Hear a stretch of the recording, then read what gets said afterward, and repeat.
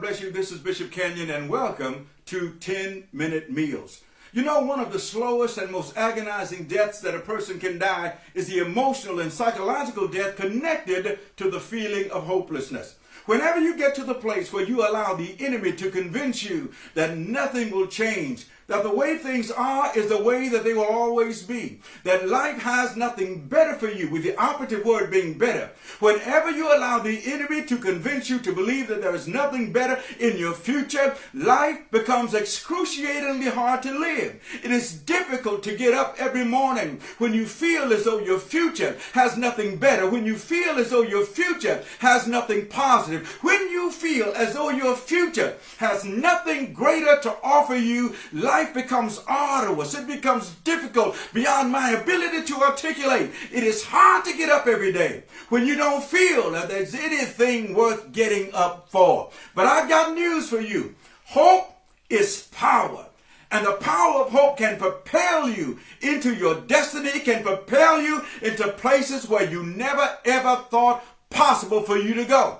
I never will forget, one day I was riding to church and I came up to a red light. And while I was sitting there in my vehicle at the red light, there was a guy that came along in a buggy. He was pushing his buggy. His buggy, I believe, was loaded with everything that he possessed in his world, everything that he held dear, everything of value to him was in that one buggy. And as he walked across the street, I could tell so much about him, even though I never had a conversation with him. His body language spoke volumes. I didn't need to have a conversation with him because his body language was already communicating with me. At first I noticed how he walked. Every step he took was like labor. It was laborious walking. He walked as though every step would be his last one. He walked as though the mere act of walking was taking such a terrible toll out of his life. And then another thing that I noticed was how he held his head.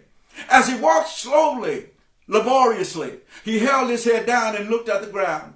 And I said to myself, this is a man whose life is void of hope.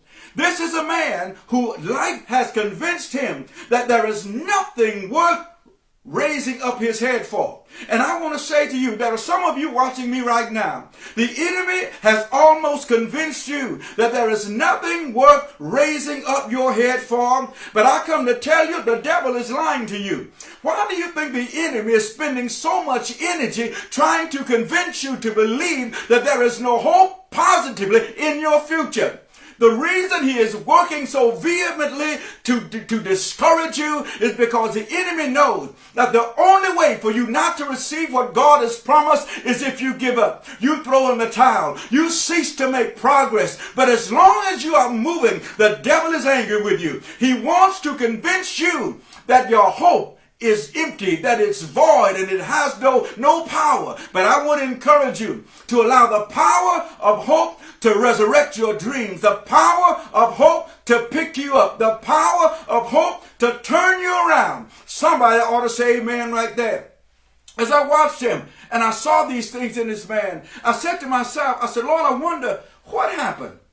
What significant events or series of events happened in this man's life that was so traumatic to him that he gave up? Let me tell you something. All of us, we face those crossroads in life that have the potential to convince us to throw in the towel. And I believe that I'm talking to somebody right now who is at a crossroads, and God told me to tell you, hold on to the towel. Don't throw it in. Keep hope alive and keep moving forward.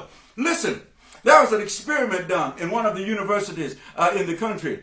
And what they did, they wanted to show how hope can keep people fighting or keep animals fighting. Well, what they did was they got two sets of laboratory rats. One set of rats they put in a tub of water. And they left the rats in the tub of water. And within an hour, the rats left in that tub of water, they died. Well, they got another set of rats. And they put these rats in another tub.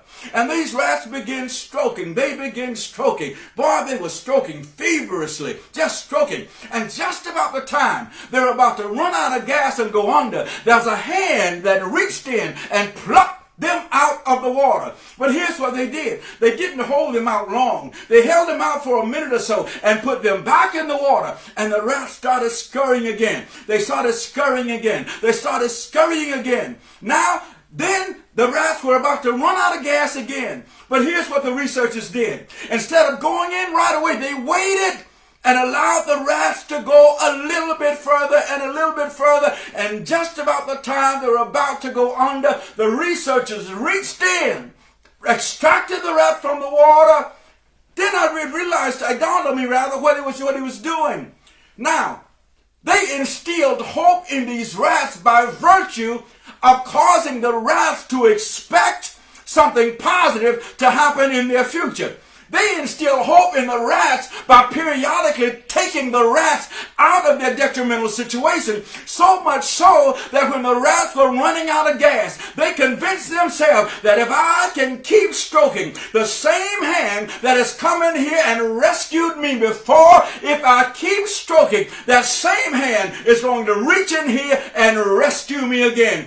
I want to say to you, the same hand of God who has reached in and rescued you from so many difficult days in the past, God has not changed. The same God that did it for you then, God is going to do it now. I want you to take a stroll down memory lane and think about the many times you are in dire straits. Your back was against the wall. You didn't know how in the world you were going to make it. But the unseen, mysterious, and imminent way that God has of doing things, He reached His hand in, plucked you out of the situation, and because of what God has done, you are here today. Every now and then, you have to remember what God has done for you on yesterday, because as you remember what God has done for you in your yesterdays, you will believe to start having hope for today, that God who did it yesterday will do it today. He has not changed. Just like God reached in and plucked you out of some mess yesterday, God is going to do it today. So I want to encourage you, maintain your hope. Because when you lose your hope, you begin to speak like you lose hope. Because, brothers and sisters, hopelessness has a language. Hopelessness has a language. When you begin to say, I don't know how I'm going to make it. You say that all the time. When you begin to say nothing good happens for me. When you begin to say God is always blessing them, but He's never blessing me. When you begin to believe that there is nothing in your future, then the verbiage that you use is consistent with the hopelessness that is in your heart. But I want to challenge you today to change your vocabulary. And I want you to say, God will. I don't care how difficult it is, God will. I don't care how hard it is, God will. I don't care how many naysayers you have and they declare that God won't do it. Look at yourself in the mirror and declare to yourself, God will. Somebody ought to say amen right there. Listen, I want to tell you something. One of my favorite scriptures is Psalm 119 and 49. Where the writer said, Lord, remember thy word unto thy servant, upon which thou hast caused me to hope. It's interesting what he's saying here, because basically what he's saying is, Lord, there were certain things that I was not expecting. There were certain things that I had not even dreamed of. There were certain things that I had not even thought about. But then your word came to me. And when you spoke a word to me, I began to expect you to do what was consistent with what you said. He's basically saying, now, Lord, I need you to remember. Remember what you said. Remember the promises you made. Because based on what you said to me, something was conceived in my spirit. When you spoke a word and I mixed it with my faith, hope was conceived in my spirit. And the same hope that was conceived in the spirit of the psalmist has been conceived in your heart by virtue of what God has spoken to you. And I want to encourage you, don't abandon your hope. Don't you throw in the towel. But I want you to allow hope to anchor your soul. You may be in difficult waters, but let hope anchor you. You might rock from side to side, but hope will anchor you. You might move back and forward, but hope, brothers and sisters, will anchor you. I'm here to tell you there is something better in your future, not just temporarily, not just in this life, but the one thing that separates our faith from other faiths is our hope goes beyond the grave. For the Lord has promised that one day when the last trumpet sounds, we are going to be with him. So your hope is a transcendent hope. It transcends death. It transcends the grave. It transcends everything that the enemy is trying to do in your life. Hope has power. I want you to say it with me. Hope has power. The Lord bless you. This is Bishop Kenyon. Thank you for tuning in to 10-Minute Meals. God bless you.